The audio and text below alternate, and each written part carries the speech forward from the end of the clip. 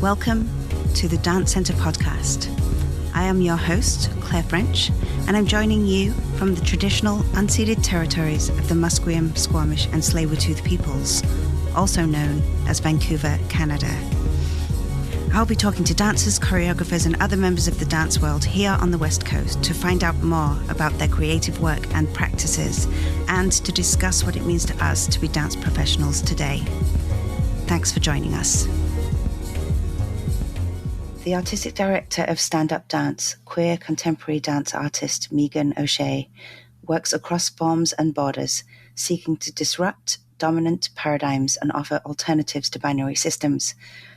From dance theatre mashups and site-specific works to films and interactive installations. Their work is almost impossible to categorize and has been presented across Canada and Europe, as well as in New York, Mexico, and Morocco.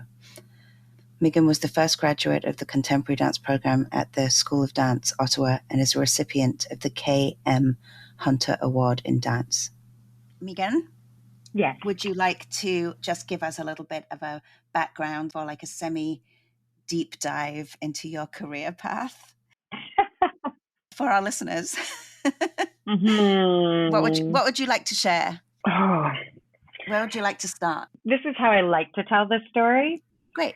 I can start with how I like to tell the story, which is old and sometimes bears revisiting and unpacking. But So I trained mostly, as a teenager, I trained with Le Groupe, which was still de la Place Royale and in the process of becoming Le Groupe Dance Lab, which was, to put it diplomatically, an old school kind of methodology and leadership style.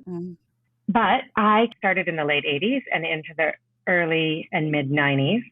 So the dream I had of being a dancer was to be part of like Ballet Fée de la Baie, or like Meg Stewart's Damaged Goods, or Rui Horta when he was leading Soap, like these giant companies, or in fact, of course, La La La Human Steps, closer to home. These giant companies that were doing these mega kind of productions. And it's like, that's the moment that my vision formed. And then there was a recession. And then those giant companies stopped touring in the same way. And then slowly the company model started to, really that wasn't right away, but the company model started to disintegrate. And Canada has a lack of choreographic training programs. And so I didn't understand exactly how much I was a maker, choreographer, director. I thought I was a dancer. And in fact, there's some joy or relief or something in wanting to be the dancer and not have to take on all of the responsibilities. Because again, in our lack of infrastructure in the scene, as the choreographer, you're also the grant writer, the producer, the stage manager, maybe the costume designer, the company manager. It's all or. It's like someone could just hire me to dance, or I could do everything else. Yeah. Do you mind if I interject for a second? Because we're of a similar generation and experience. I was in England and I was feeling the same. One of the things, like reflecting back upon that time period, I feel like there is now, we can talk about dance makers and choreographers as being something different. And then artistic directors different again. And then, so I feel like there was a time period there where we actually were part of, like you say, like a recession, but also kind of a regeneration into like dance making becoming a kind of career path, that we were at the age where we could be influenced by dance makers as much as we could be influenced by choreographers. And so suddenly there was a third thing we could be. This dancer, dance maker, choreographer. Fourth, if you want, artistic director, but like you're saying, that was a chosen few. So I feel like a kinship with you in terms of training, where there was this kind of like, how can somebody help me do what it is that I want to do when I'm not quite sure what it is that I do in dance. So I feel you there. My reasons for dancing and my interest in dancing, like you, were also about making, and I was a very obedient dancer to a certain degree, but I thought I was an obedient dancer. I thought I was doing everything, but the way that I was doing it was interpreting in such a way that sometimes people couldn't do anything with it because I was already moving it into my territory, Right. what I would want to do with it. And so I feel like maybe you and I there cross paths at that age. Anyway, yeah, but please I do know. continue. No, and I mean, I didn't understand this. This is very sophisticated of you to like be able to look back like this. I can remember being in a Sylvain Aymar workshop in my 20s, and it was a partnering workshop, and I couldn't understand the feedback because I knew I was doing it right and well and having fun. And one of the other people in the workshop said, wow, the way you do it doesn't look like how anyone else is doing it. Yeah. But I couldn't navigate that. Like I couldn't decipher what that means. Like I still don't know if that was like a good comment. I mean, I didn't get hired, so I guess it wasn't like it wasn't what was wanted.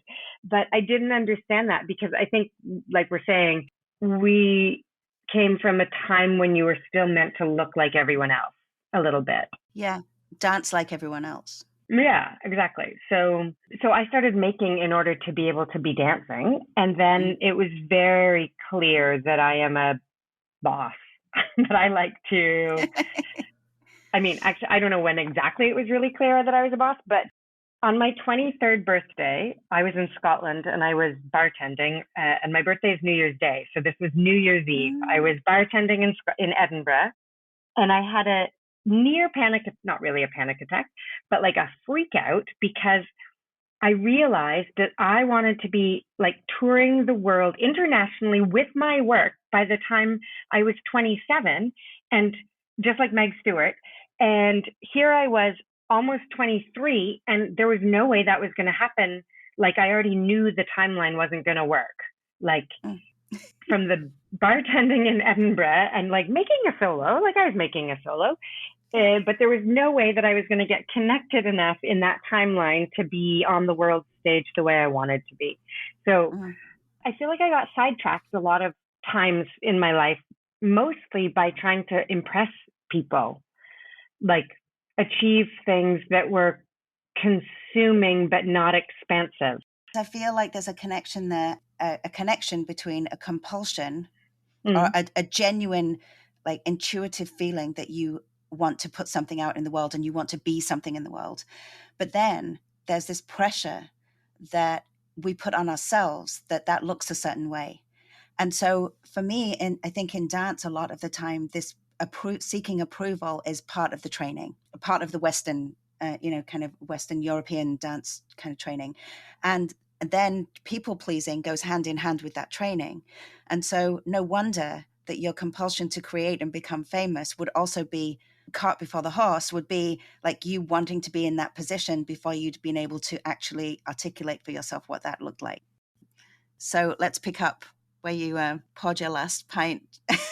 Yeah, so then I started I made a lot of solo shows, and I think this is really interesting in a way. Like I have been touring parts of the world with my solo work, but it didn't and doesn't always look the way I wanted it or the way I thought it would look.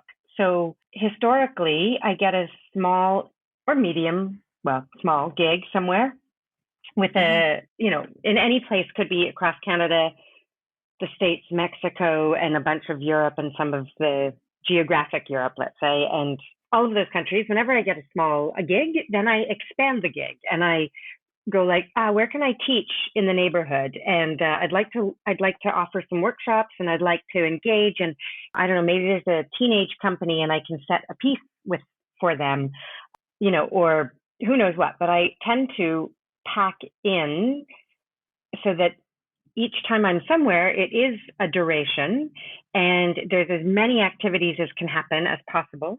And those have a bunch of reasons, but the selfish kind of reflection on that is the first time I had what I really thought was it wasn't famous, but like the proper big festival gig with one of my solos. They flew me in and out within 24 hours or 36 hours.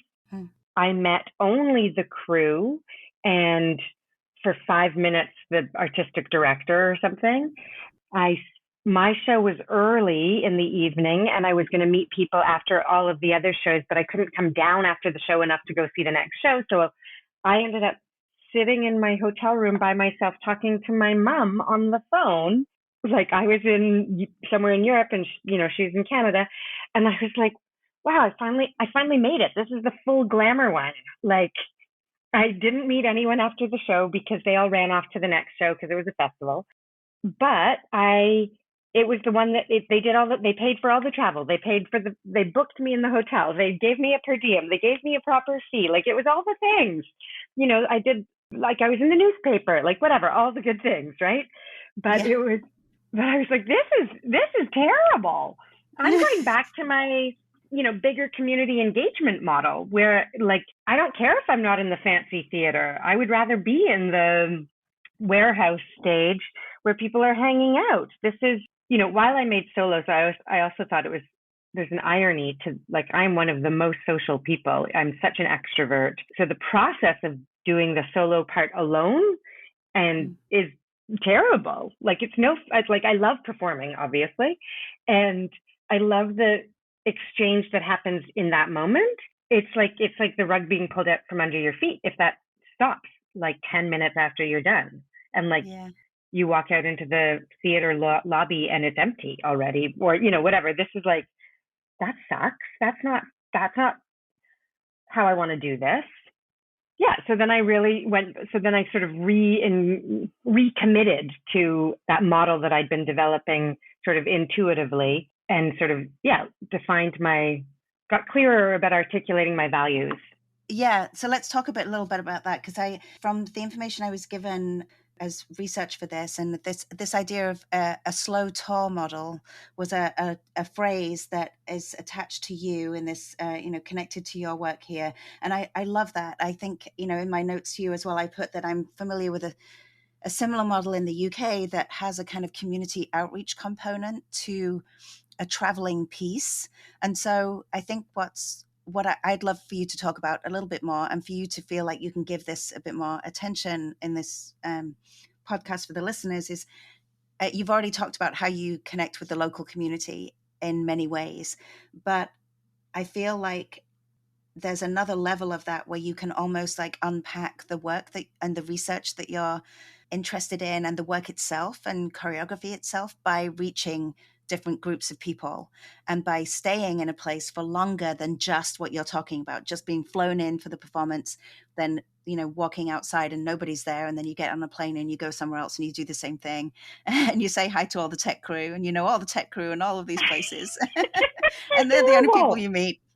And so I love that you have this idea of this slow tone model. So could you talk a little bit maybe about how most recently, because you have been in residence in lots of places, how that's kind of panned out for you a little bit, or maybe not necessarily where it starts. I think you can use that in the cycle, but just your different experiences of this idea of the slow tour. I mean, part of it is that to create a good working environment. So now, the piece that I've been working on now for the last couple of years, and that we are bringing to the Dance Center, is Anatomalia, which is an ensemble piece. And so, having started this piece during the pandemic and working with an international cast and team of collaborators, assumptions and understandings and misunderstandings and what people can deal with, and mental health, and there's a really big range. And I'm pretty good at moving fast, and I'm very good at moving by myself. But when we're responsible for more people and traveling as a pack and needing to make group decisions, and the human-centeredness that is not just a budget-centeredness, in order for sustainability. And when we talk about sustainability, it has to be all kinds of sustainability. So part of the impulse is to create good experience for everyone. So we are like 7 or 8 people on tour, and I want them to engage I mean, there's lots of reasons for having a really slow tour, which is in this project, we have a chorus of local folks or a group of local folks who will perform as the chorus alongside our core cast of 5.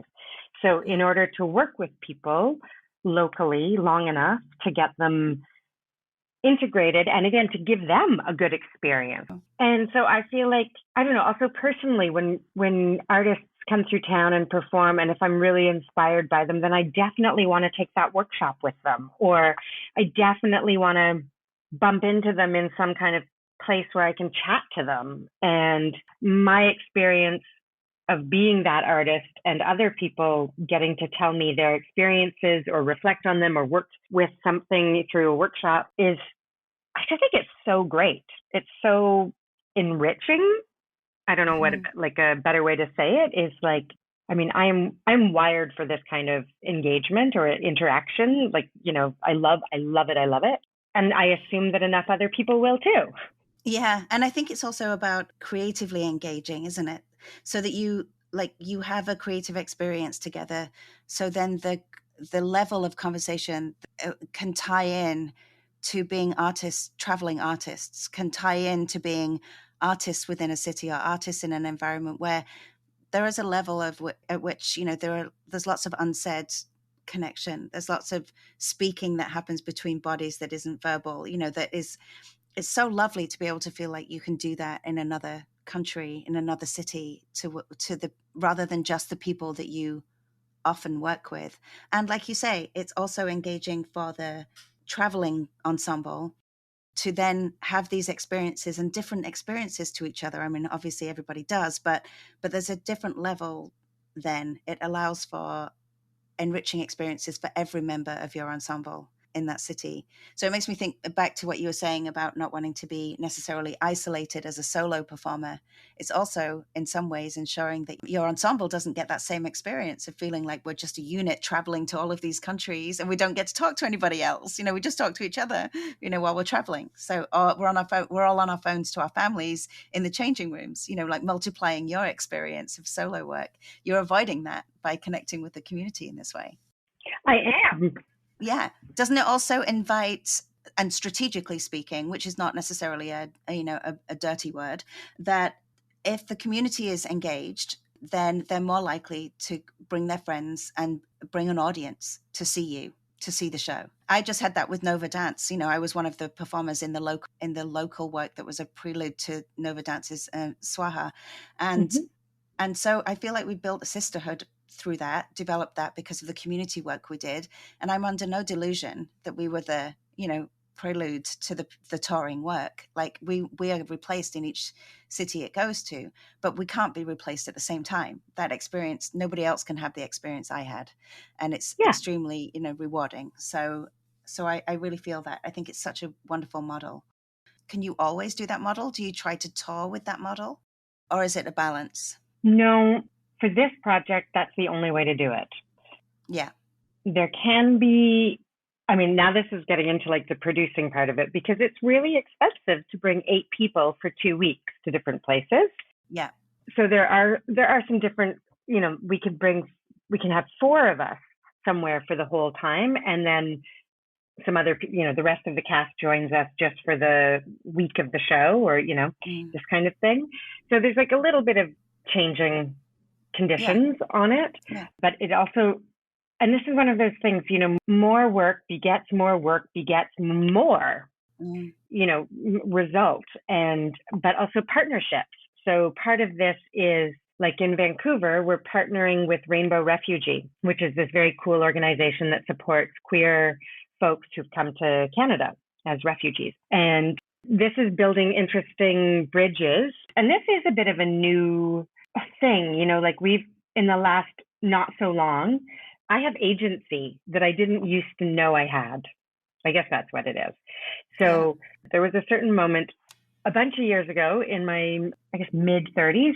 So I went off to Europe and discovered that I was as good or better than anyone anywhere. Instead of this, like wondering why in the system that I was a part of in Canada, I couldn't get ahead. I couldn't get anywhere. The very best was congratulations, we'll give you a grant and you can do the exact same thing again. But there was no jumping up. There was no moving forward. And I can remember coming back from a summer of doing all the workshops and teaching some and performing some in Europe and saying to a grant officer, hey, I'm good enough. And she was like, of course you are. But I was like, yeah, but the system tells me I'm not. Oh. And she's like, I know the system is difficult, you know? And I was like, okay, well, but until now, I have been like this like self-imposed oppression thing where I assume that it's me that is not good enough and always competing against or to try and find space in the system, and the system is just not making space. So part of that is deciding to like throw the net wide and be happy and willing and excited and curious to work anywhere and discover the conditions and assumptions and perspectives and different contexts in all different places, which is like humbling, constantly humbling, because you can never know anything. Because what you are really sure of, you end up somewhere and the way that they look at that whatever it is so different and justified that you're like, oh yeah, my you know, firmly held value or belief doesn't work in this situation at all.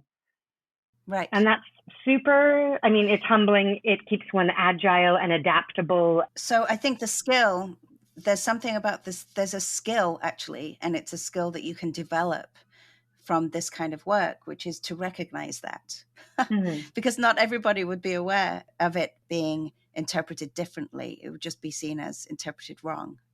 Do you know what I mean? Yeah. That there's something about recognizing that there's, as you've said before, and I truly believe this, that there are different perspectives and different insights that can inform a work or inform a process. And to tackle something, while we might, as an individual, decide it's a certain way, and these things will get us there, there are all these other ways, which is what you're talking about. There are all these other ways to do and to be and to work together and to realize something or to have something be in your life, right? It can resonate in very many different ways.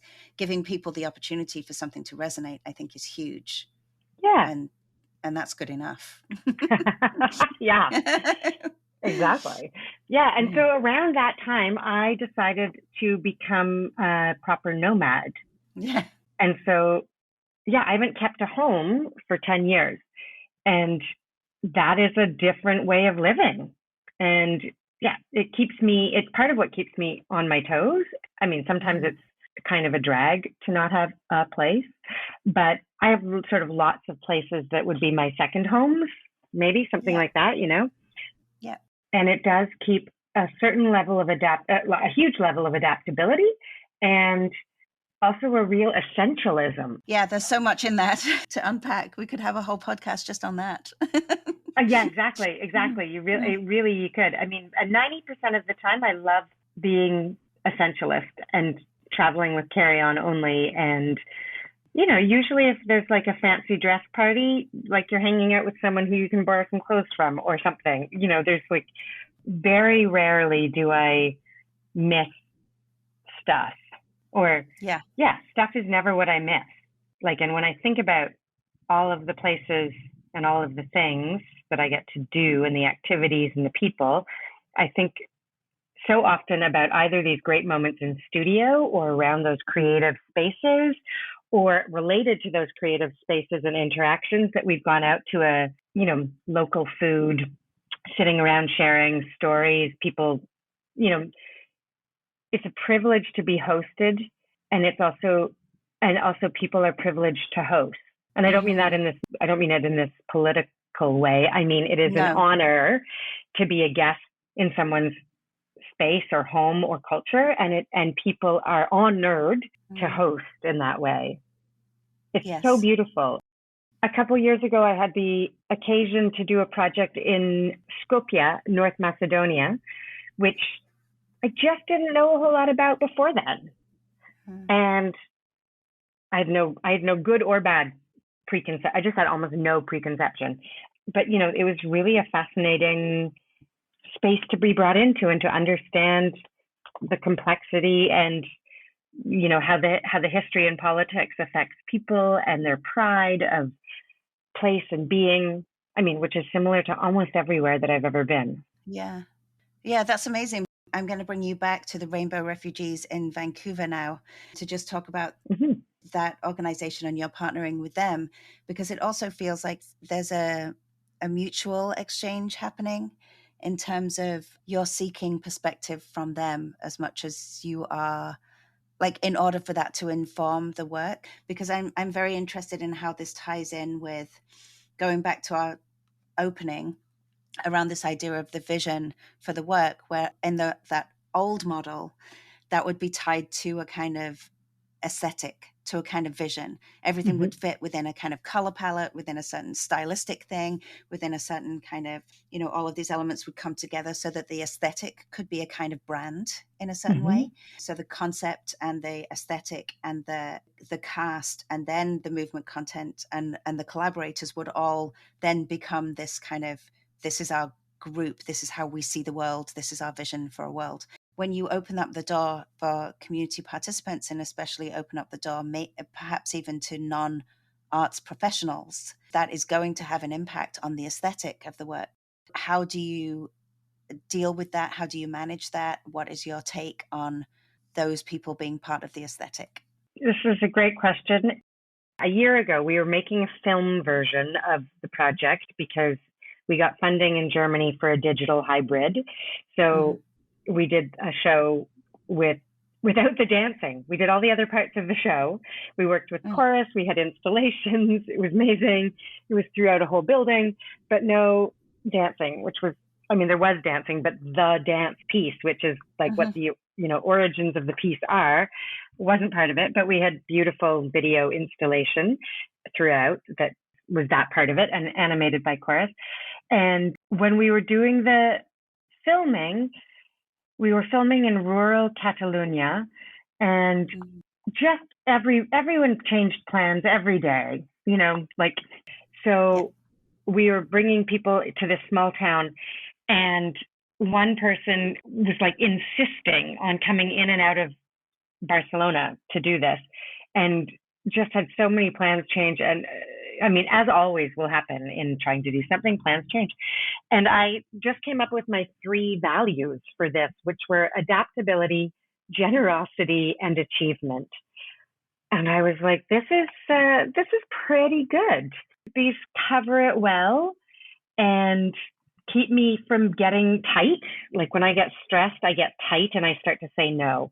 And so, adaptability and generosity, while still with, we have to get where we're going. So I can be adaptable and generous so long as we can all still get where we're going, which is a really great sort of set of values to bring into this kind of work. Is who knows what will happen?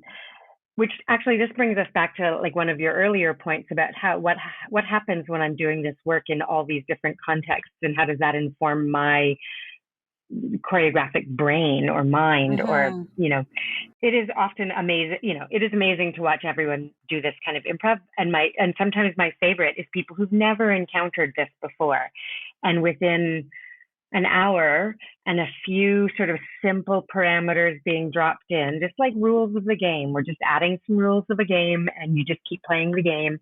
And, the beautiful things that can happen that are so, authentic or sincere. Yeah, this is some of my favorite stuff, is watching that the magic happen with folks who do not have this like super sophisticated, historical practice. They are just because nothing gets in the way of true connection, right? There's nothing to get in the way. They can't second guess themselves and think, like this will not work or this will, or plan it. It's just they truly connect in that second. Everybody truly connects in that second that it happens. Yeah. I want to just bring you to when you said you get tight and then you say no. Yeah. I think there's a really interesting correlation between those two things, especially with those 3 values that you mentioned: adaptability, generosity, achievement. Because no can be a generous thing to say in certain in certain times, but for you to selfishly reflect, to use your term earlier, Mm-hmm. and on the fact that you would be saying no to shut something down, like, that's why you would be saying no, is to shut that idea down. Mm-hmm. In that moment, for you to then be generous with yourself and with the other people in the room, you are also realizing that your no would stop people from achieving something that maybe you don't recognize yet. Like you would stop them on their path to be able to experience, if you like, this idea of ensemble thinking, or feel their own bodies in the space. I think it's just a lovely kind of moment to realize that even when one of the values is generosity, we still have to pay attention to that being a rule that we don't practice ourselves, like we're holding ourselves accountable to the same values. Yes. As a director, as the person in the room who is looked to lead, there's also, we hold ourselves to the same values at all times. That's something I've researched and written about in my own work. But yeah, I find that really interesting. So how do you get from those workshops to which kind of improvisatory about discovering, to having a chorus that can be in a performance? Like, is there a process there? This is leading me a little bit back to the work and to the how you work with the ensemble and your own dancers, and how much the concepts that inform your work are also, it's important that they know about those concepts, but then also how does your community aspect relate to the concepts that you bring into the work? Like, how important is it that people know what the work is about conceptually? Is that important for you? I don't think it matters either way. Like, I'm just very interested in whether that's important to you, that they understand what's underlying the work, or is the concept just a way to get you to a physical place? Yeah, this is a great question. And for sure, during all of the creative process, I really fluctuated between how much to include everyone in the ideas, and really, because the work is talking about trauma, and it's my trauma, and it's the most autobiographical work I've ever made, except for it's also the most abstract work I've ever made, and really took the occasion to amplify impact by multiple bodies, or explore the potential of multiple bodies, instead of me in my solo work doing like storytelling and dance and science experiments, kind of, which is, it's not that it can't be, it's just, well, I guess I've just never done it the other way, and I decided it was time to do it the other way. And back to that thing about the giant pieces and companies I wanted to be part of when I was like 21 or 22. In fact, I just want to be making that work. Like, maybe I wanted to be in that work, I don't know. But what I really wanted to be doing is making this big work. So this is like, in fact, I've made sort of grand and intimate solos with a really DIY aesthetic for a long time. And then this is DIY in another way, because now it's sort of eco-sustainable and repurposing things. But it's ensemble, and it's also grand and intimate. It's but it gets to, I guess the other was intimate and grand, and this is grand and intimate. I see what you mean. I wonder if the listeners will get that. Yeah. The solos were intimate because they were small, but they were grand because they had so much detail and transformation and imagination, and this like DIY aesthetic of making stuff, like of the set design and the like the multi-use of stuff to change meaning and context throughout a work. And then this is a bigger work. I mean, it's not grand, but it's big, takes up a lot of space, but the work itself is still quite intimate. So it's just a flip of it. But yeah. Yeah, I suppose it brings you closer to the performers, as opposed to, like, the experience has a kind of intimacy because you're drawn to the performers rather than the performers kind of, distancing themselves with that kind of fourth wall thing, I suppose. Yeah. Well, yeah, and this work, the audience is moving through space, and the performers are changing spaces within a space. Yeah. or the audience can change their relationship to the performers. They can be they can whatever. So hopefully there's lots of intimacy, or the potential. Yeah, feelings of intimacy, sensing intimacy. Yeah. When I was starting to really do this work, I was like, how do you heal trauma collectively? And I went to ask my friend who is a monk, and he reflected back to me that some people need to witness things and some people need to experience things. Mm-hmm. And so that is a big part of why this work is constructed and imagined and designed in all of the ways that it is, because it does give people the different entry points. So this piece has taken almost 3 years to happened and like a year and a half ago, in May 2022, we had this 6-week residency in Barcelona at this creation factory, and I like made all the choreography for the 7 different sections, and it was so exciting. And then the video is like dancers in their sweatpants in a naturally lit gray studio. And I was like, so, I mean, if you are used to watching like that, then you can imagine. But if you are not used to watching like that, it doesn't, the excitement, with the thing I envision cannot be seen in this way when you are looking at dancers in their sweatpants, kind of. So then I made a whole bunch of collages that were like my expression of a different way of expressing the feelings of all of this. And that has really resonated with people. And I was like, this is so smart. I don't need a postcard that is like high kicks. I need a postcard that is collage, that is like kind of visceral.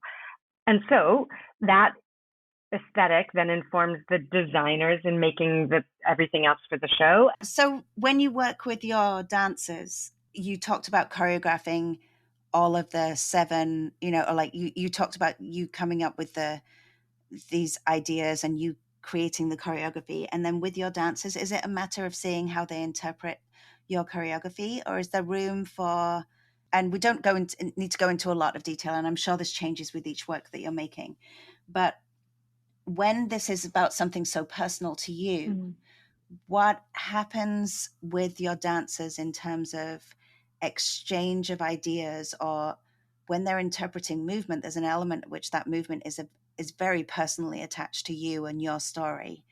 Is it enough? And of course it's enough for them to take, interpret it and that to become content.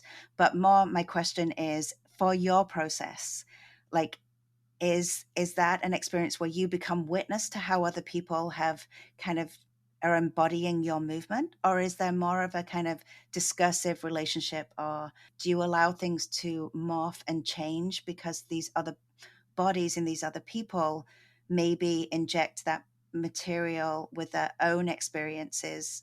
Is there room for that, or do you purposefully stay away from that, or how does that manifest? It's a complicated one, and you already mentioned that it's delicate and complex, and complicated. So I feel like there's something in that. I feel like that kind of in some ways unpacks an element of what you mean by that, how delicate and complex the issues are that you're dealing with, let alone the time that we're in and what we're all experiencing collectively. Yeah.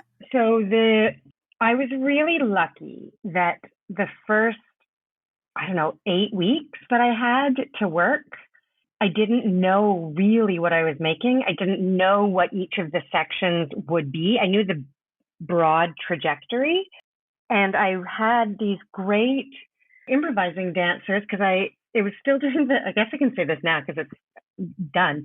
It was during the pandemic, and it was really hard to find a place to work. But I got to go to Ponderosa in an hour outside of Berlin, because they're a little bit punk rock. And so I could gather 8 of us, I think, or something, 7 or 8 of us for 2 months almost. And we just like messed around. Like, we didn't mess around.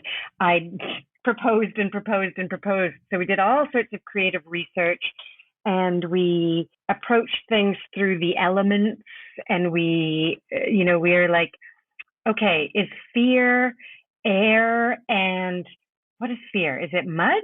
Hang on. No. What if it's no, fear should be, like we really jammed with how to combine elements and what they, in fact, I think fear ends up being metal, and that still stands in the work. There's a section about fear, and it's metal. I guess it's metal and air. But we really just had these amazing improvising sessions where we sometimes had, like that one, we had tinfoil everywhere, or those safety blankets, those, reflective safety blankets. And I really went down a lot of different paths in the creative research of making the piece. And now it's tight scores. And none of those dancers no, that's not true. One of the dancers from that very first 8 weeks is in. And it was a combination of me practicing my own solo improv systems based on cues, and then giving some of that material to them as material, and then other, explorations to find. I think the thing about, for me anyways, there's movement that resonates, and everyone's own interpretation of it with the imagery is more interesting most of the time to me than the shape. Yeah. I mean, there's formation that's important to me also, in terms of like the bodies in space and through space. Yeah. And occasionally, shape is relevant to make the image. And I really also, in this human-centric care space, is like, I find this difficult in that I am not making this work for anyone else to need to bring their trauma into it and to work it through. That's not the purpose. However, and I guess this is where it's delicate, because also I'm not holding space for a therapeutic process for my dancers, for the people I'm working with. I have already done my therapeutic process, and now I am making art about it or with it, something like that. And so it's like a bit of a delicate line. Yeah, but there's a craft, right? Yeah, there's a craft that actually protects the human side of you and your individual life experience from feeling like, you leave a part of you on the stage for the audience to criticize and judge and take apart. The craft is there to protect the performers, ideally, and the makers from that kind of exposure. I'm so glad you said that. Exactly. Craft. Craft. I mean, without it, that's all you have, right? Is that absolute feeling like you are at the mercy of the audience. Yeah. Because you have nothing to practice. There's nothing to practice. There's nothing to hone. There's nothing to cultivate. I'm also being a little bit manipulative here, because I also would like to talk about the idea that you talk about cultivating the oblique. Oh yeah. Or the oblique. I think I'd like to end with this in a way, because I think that there's when you've pinpointed something that you focus on, I think in stand-up dance particularly, the idea of cultivating the oblique. From what I understand of that, it is something to do with craft. It's something to do, and very particularly something to do with, and please correct me if I'm wrong, but something about finding ways to be off kilter or to tilt in the body, or to play with falling off, or to play with, so it's not necessarily the vertical, fully grounded experience. There's always this element that everything can kind of go off the rails, or you have to you're cultivating that space. Am I right? Is this part of the practice, or have I overinterpreted the phrase? Well, I mean, what you say is true, but it's not the way I do it, or it's not the way I get into it. The processes of disorienting oneself or unlocating, maybe. Oh, I see. Yes, dislocating. Yeah, ideally not. Yeah, yeah. So no, you're correct, and that's just such a beautiful way of putting it. So for me, I do a series of switches in movement motif that address all of the dynamics of something, to keep switching, but to opposites, except for opposites aren't on a line, opposites are in a circle, basically. Or whole. So it's actually, I mean, and this actually is beyond my own understanding of gender theory, but then it is a bit like the gendered, there's, it's everywhere, and it's everywhere. The possibilities are absolutely infinite and endless. And we have been sort of conditioned, and this is actually, it's how I research materials to go with an idea or a concept or a theme.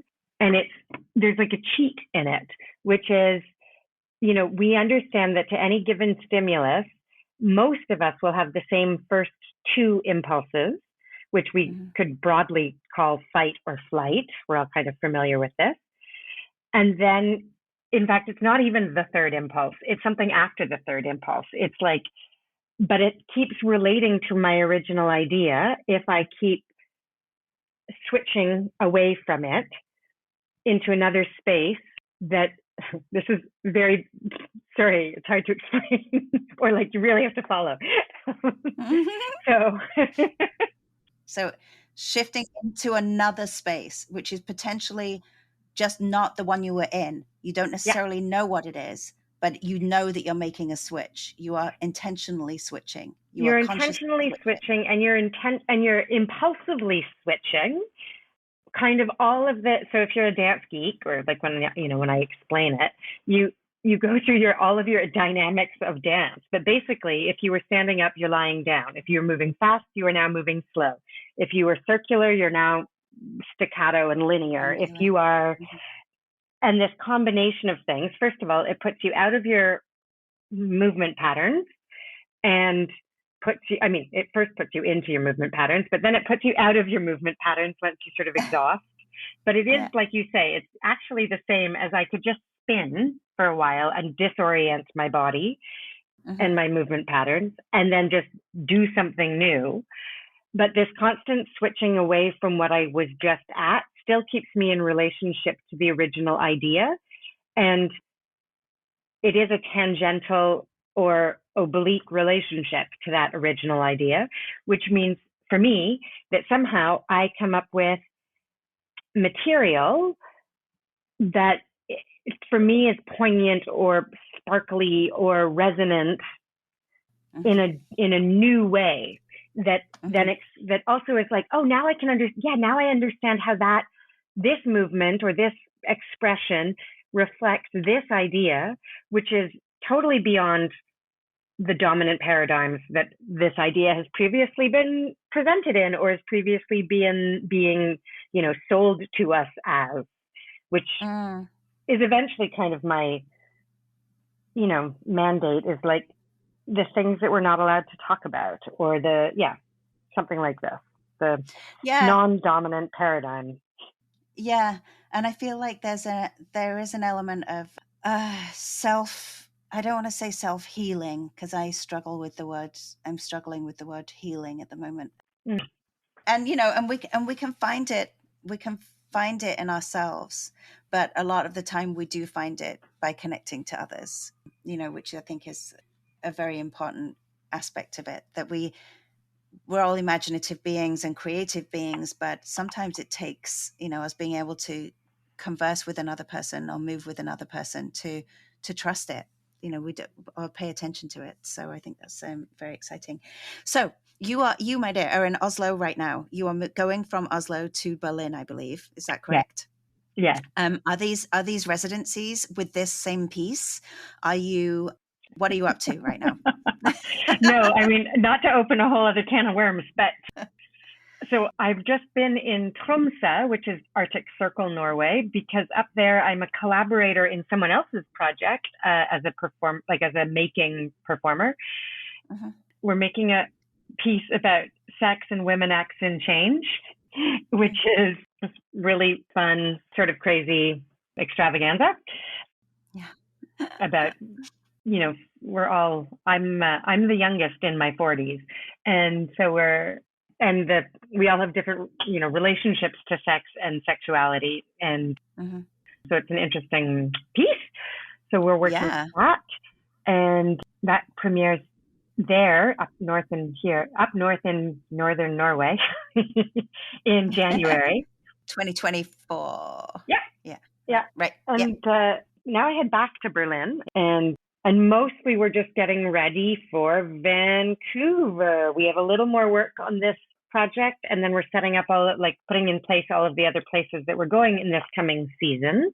Yeah, and then I'm doing a bit of a teaching tour across Canada on my way to Vancouver, and then the rest of the company joins me in Vancouver in November. Great. So will you be here for most of November in Vancouver then? Yeah, quite precisely all of November. Yeah. So when the listeners are listening to this podcast, I think you will actually be in Vancouver at that time, because it will be around the time of your show. Wonderful. Do you have the dates in your head? I do, of course. It's November 16 to 18. 16th to the 18th of November at the Scotiabank Dance Centre. Anatomalia. Am I saying that right? Tomalia? Yes. How do you say it? Yeah, Anatomalia. It's potato. It's tomato. Potato. Potato. Story of my life. Yeah. Yeah. Anatomalia. Anatomalia. I'm kind of into Anatomalia, but again, that's colloquial. So yeah, whatever you want. Mm-hmm. So great. So I think we'll leave it there for now. There are other things we could talk. We have so many crossovers here in Vancouver. So. Yeah, there's tons. Yeah. I've had lots of great times in Vancouver, and I've done lots of things, and I'm so looking forward to coming back. I know, it'd be so great to have you here. So I'm really looking forward to meeting up with you when you do get here. Wonderful.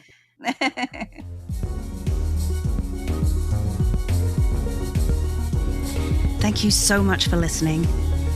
We would love for you to subscribe, rate, and review wherever you get your podcasts, as this will help other listeners find us and help us to grow our dance audience. We'll be back next month. In the meantime, you can follow us on Facebook at The Dance Centre, Twitter at Dance Centre, and Instagram at The Dance Centre BC. And if you'd like to support our work, please consider making a donation. Just go to our website at thedancecentre.ca, where you'll find extensive information about our upcoming programs and events. The music for the Dance Centre podcast was composed by James B. Maxwell. Always a pleasure to connect with you through dance. Until next time.